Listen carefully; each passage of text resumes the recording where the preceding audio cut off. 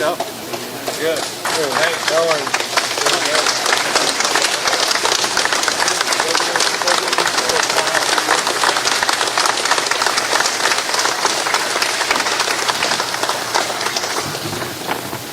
We're starting, right? Yes, sir.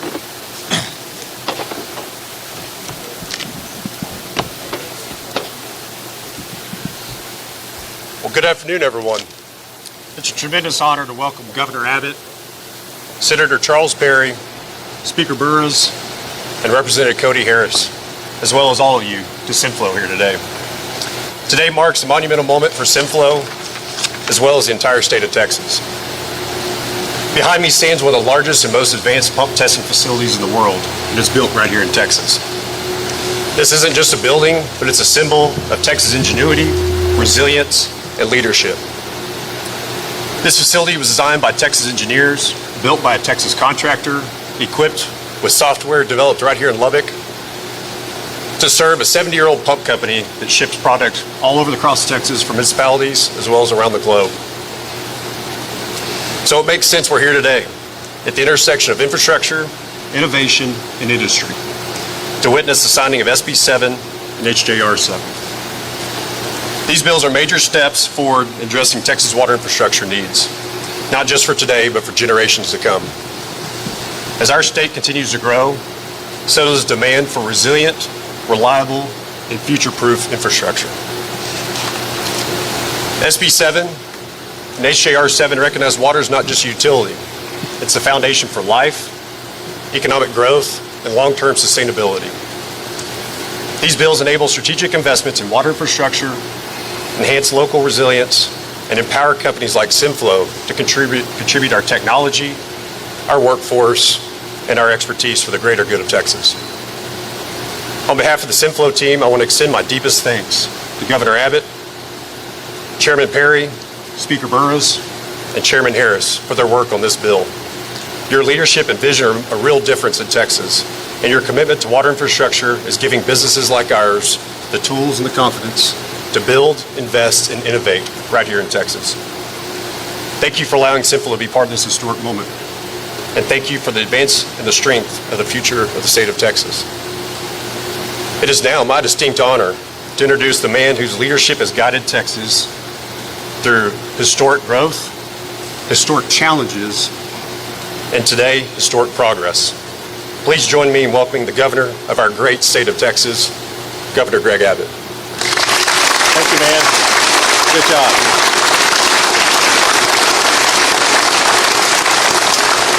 Well, a big thank you to Troy as well as everybody here at SimFlow. This is a fabulous facility.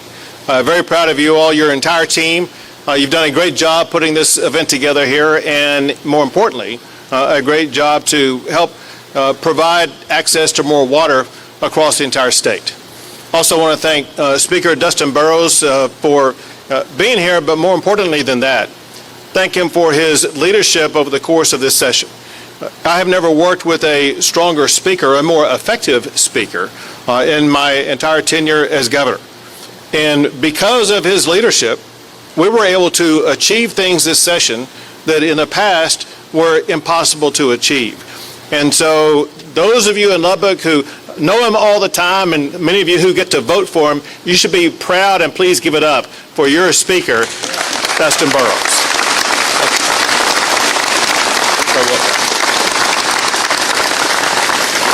Also joined today by the authors in the House and Senate for the bills I'm going to be signing today. Again, your very own local Senator Charles Perry.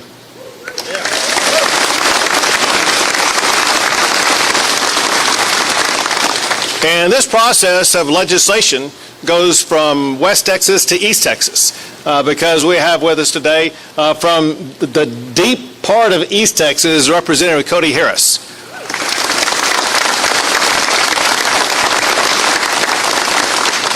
Looking behind me, so unlike what some people think, I don't have eyes in the back of my head, I can't see behind me. I'm looking for two other members of the Texas House of Representatives over here. One is Dr. Greg Bonin. We have a brain surgeon in the Texas House of Representatives, and he was put in charge of House Appropriations, which is the budget. Please give it up for Dr. Greg Bonin.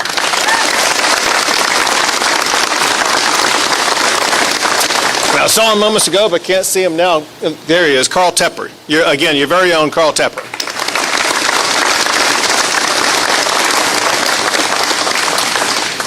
One thing I'm most proud about what they've done is the bills I'm about to sign right now. Listen, this session, Texas confronted a crisis. We're fools if we're not recognizing the crisis situation that confronts us, that had to be addressed. You have, especially in this region, you have farmers who have a desperate need for more water for their crops, for their livestock, for so many purposes. We have families growing abundantly in the state of Texas who need access to that water. Let me give you a fact you probably have not thought about before. Every day, on average, in Texas, there's more than 1,000 more people who go to a faucet and turn that on, because of the magnitude of the growth of us adding people to our population. And when they go to the faucet to turn it on, they expect the water to flow. We need to ensure that we're going to have the water there for them to flow. And then there's businesses. You think when you're at home, you want to turn on your faucet and get your water. You may not be thinking about what the businesses are dealing with. In addition to offices like what we're in here, there are many businesses that rely upon water to operate their businesses, like in the oil and gas sector, like in the growing artificial intelligence data centers, and so many more. One reason why we have the growth that Troy made reference to is because businesses are coming to Texas more than any other state. Many of those businesses rely on water for their operations, and they will not be able to operate here without these laws I'm about to sign. And to make matters even worse, compounding our problem of inadequate sources of water, we lose about 88 billion gallons of water a year because of broken, busted, and aged pipes. So we have an across-the-board urgency to make sure that we address the water issue, so much so that in my State of the State address, I made fixing the water problem an emergency item. And the good news is we had the legislature step up and get that job done with the largest water law in the history of the great state of Texas.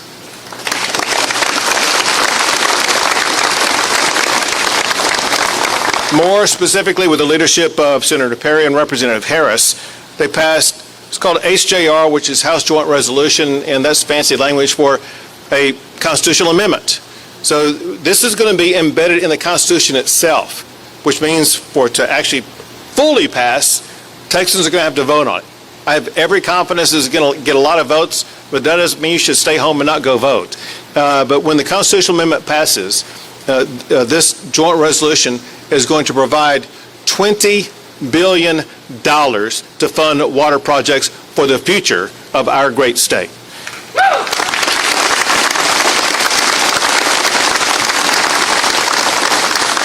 Then Senate Bill 7 by Senator Perry kind of gets into a lot of the details about how that money is to be used and how it's all to operate, and to oversimplify it. It provides that half of that money goes to actually increasing our water supply, looking for new sources of water. Think about this context. East Texas, they're going to have plenty of rainfall and water. They don't have a lack of water problem. They have a flooding problem over there occasionally. In West Texas, you got population growth in Lubbock, Amarillo, Midland, places like that also. But you don't have as much annual rainfall. We've got to make sure that we're going to be providing new sources of water to keep these cities, farms, ranches, and businesses more robust than they are today.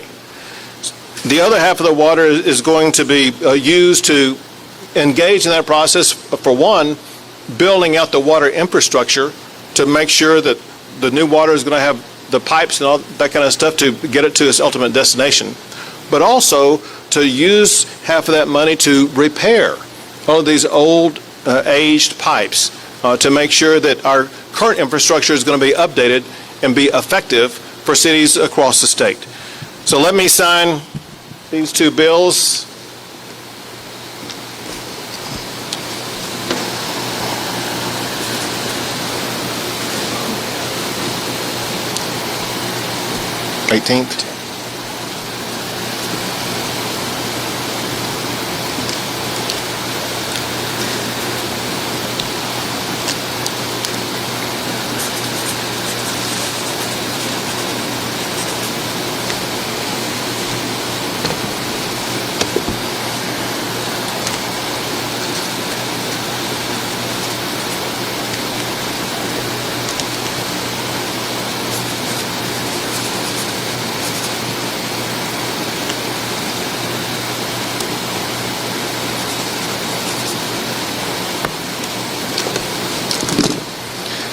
Texas now has $20 billion more to fund water projects in the great state of Texas.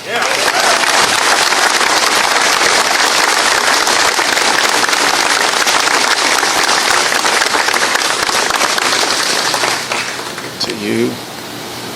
Give that to you. And now, Speaker Burrows.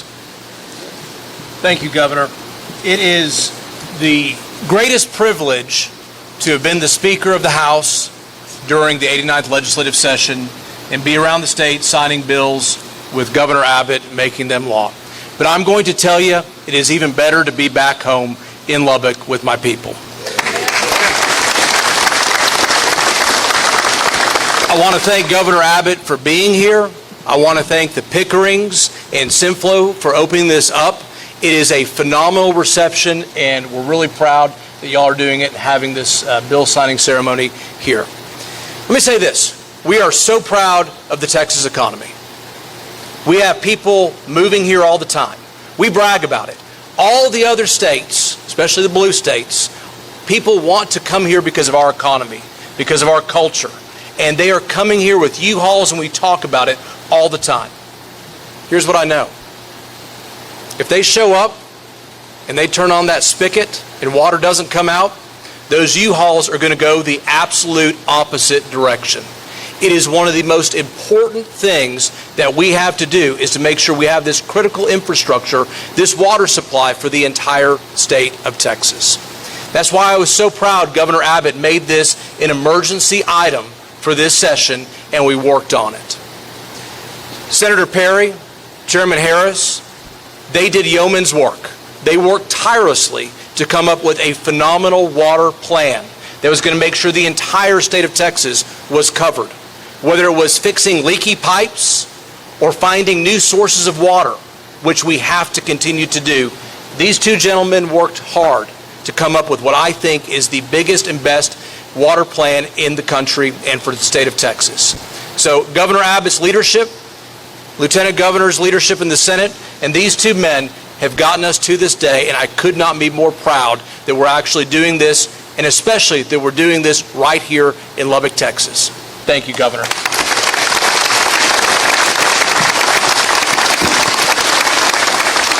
Now, Senator Perry. Thank you, guys, and the Pickerings for sure for making this event possible here. I'll just back up. We started a conversation in the governor's office probably August of 24. Unwavering support from that minute forward going forward. You were all in, consistent, even though it was a really big idea with lots of unknown questions to be answered, and the legislature responded appropriately by answering most of those. Senate Bill 7 and HJR 7 is a game changer. It is a commitment that shows Texas is ready to meet the challenge of water. It will send a clear message. I think the Washington Post had an op-ed today about what we've done. It's not often I look at the Washington Post as a favorable, but it did a really good job to say Texas has gotten serious about the water needs that they face. And I think it's because of leadership from both Speaker Burrows, Lieutenant Governor, and Governor Abbott. And Chairman Harris and I met a year or so, probably prior to the meeting with the governor. And as I explained this big idea, it was never, wow, that's a big idea. I don't know if we can get there, so let's get it done. And I could not have done it without that support and that coordination. $20 billion is a lot of money. We've got an additional $2.5 in our base. We had $1 billion last session, so $23.5 billion is a huge commitment. It's a three-legged stool. We need state support, we need local support, and then we'll have cost recovery of those dollars to perpetuate an evergreen concept, because it's not going to just be a $23 billion initiative. It's significantly more than that, but we had to start. And I don't think we could have started any better than what we did in this session. This has been tried for decades. We figured out how to craft the legislation that alleviated all the concerns of the past so that we can have a productive future going forward with respect to meeting the water needs. I can thank the support of this group, are my members. I think we had 138 votes in the House. We had unanimous support in the Senate. 31, I believe, came on board. So the timing was right. The initiative was right, and the legislation was right, and I couldn't have done it without the support of many folks in this room or the water people of the past. This has been a 50 to 70 year in the making, and so It's the fruits of a lot of different energies and efforts over the last 70 years, and I'm just glad to be in the seat when it happened. It was a good day. It's a good day for the state. Thank you, Governor Abbott. Sure.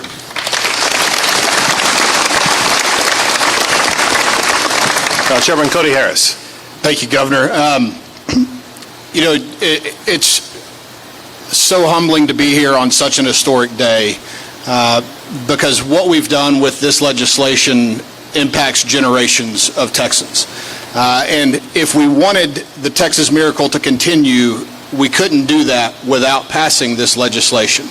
And I'll keep my remarks brief. I just want to thank Governor Abbott, Speaker Burrows, Lieutenant Governor, for your leadership in recognizing how important of an issue this is, because we all know water doesn't make it on primary mailers. It's not one of those sexy things that we always hear about, but it is one of the most important issues for the state of Texas to dig our heels in, roll up our sleeves, and try to solve this problem for future generations of Texans, and it is because of your leadership that Senator Perry and I were able to come up with a product that everyone agreed with. And so I want to thank y'all. I also want to thank everyone who worked behind the scenes, who doesn't get a chance to be known, that how much hard work that you put into this. Many of you are here today, many of you are not, but this was the culmination of years and years of hard work on behalf of Senator Perry, and something that I'm proud of. My 13-year-old son is here today. He's one that will benefit from this legislation, maybe not us, but down the road, particularly future generations of Texans will still be able to call Texas home. Still, with people like Governor Abbott leading, we'll be able to say that Texas is one of the largest economies in the world because of what we've done today, and I'm very proud of that and appreciate everything that y'all have done to help get us there. Thank you, Cody.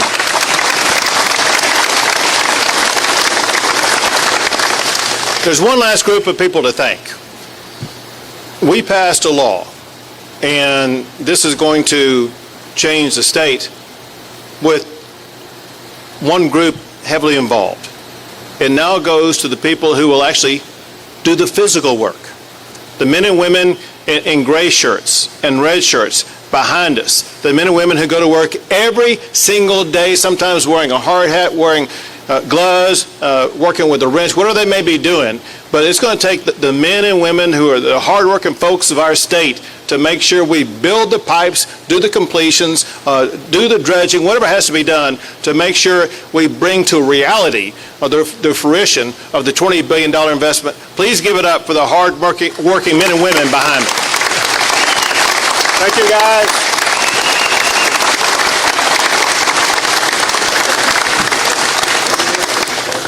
With that, we'll take a few questions for the media. Or not. Or not. Go for it.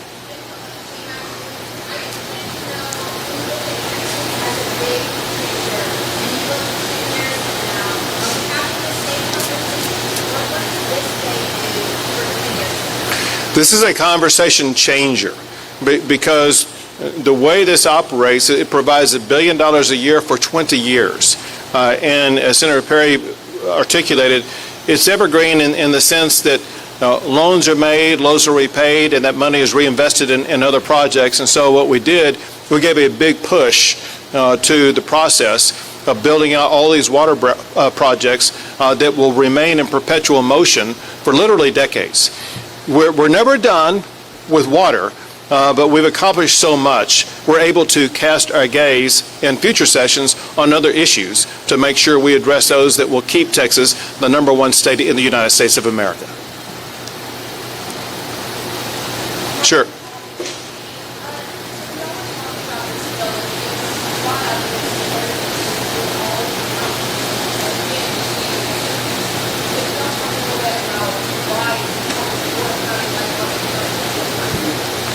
I'll take the first stab and then you go for it.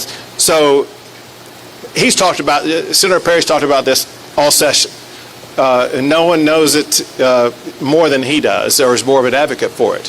But as governor of the state, listen, I represent 254 counties. And the fact of the matter is, whether it be Lubbock County or up at the tip top of the Panhandle, whether it be in the Permian Basin or out further west Texas in the Mountain Time Zone, or in in southern parts of Texas, the ranchers there and farmers there are having just as much of a challenge as the farmer and ranchers on the plains of Texas. So this is something where water is needed in every region of the state. Broken and leaky pipes are needed to be repaired in every region of our state. And I'll add this, my hometown of Wichita Falls almost ran out of water a couple of years ago. This is something I got to see occur just a few days away from losing water. And that's when it became very real, understanding we have communities like that across the state that have this need that had to be addressed. And I'm proud of these leaders for getting that done. To answer that specifically, it's going to be a little bit of a cultural shift from the way we do water in Texas. Specifically, our Water Development Board is phenomenal. Absolutely one of the top agencies in the country on this issue. We're moving from a siloed kind of city-by-city conversation to where we're going to have more of an oversight and more of a coordinated effort, meaning you may have 20 different applications in on single individual cities trying to meet their individual need, typically short-term, typically what the taxpayer would buy in that area, versus looking at possibly 20 cities that traverse multiple source opportunities that combine their taxing jurisdictions can afford to do the real deal instead of the short-term deal. So internally, we may have a host of $100 billion worth of projects in the hopper that haven't had funding, but what I'm going to ask and what we're going to do, and it's a cultural rethinking, if you will, of more of a regional approach, because there's economies of scales. There's many, many communities that will never, ever meet their water needs because of a low taxing jurisdiction.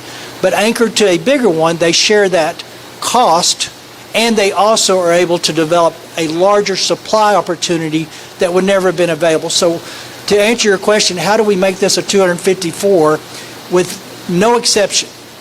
In the 254 counties, if you break us down in zones, there are adequate supply opportunities to justify the investment that when you combine a regional approach will be more accessible, more obtainable, and more affordable. So we're going to rethink kind of how we go about doing water projects, and then we won't have to deal with individual well owners' wells going dry because someone to a neighboring adjacent county pulled all the water out from under them. We're going to have a better oversight of where those opportunities lie and capitalize them. So that's how we make it a 254 county. We include 254 counties in the conversation on every project at every level. Anybody else? Thank you. Thank you all very much. Thank you. Thank you.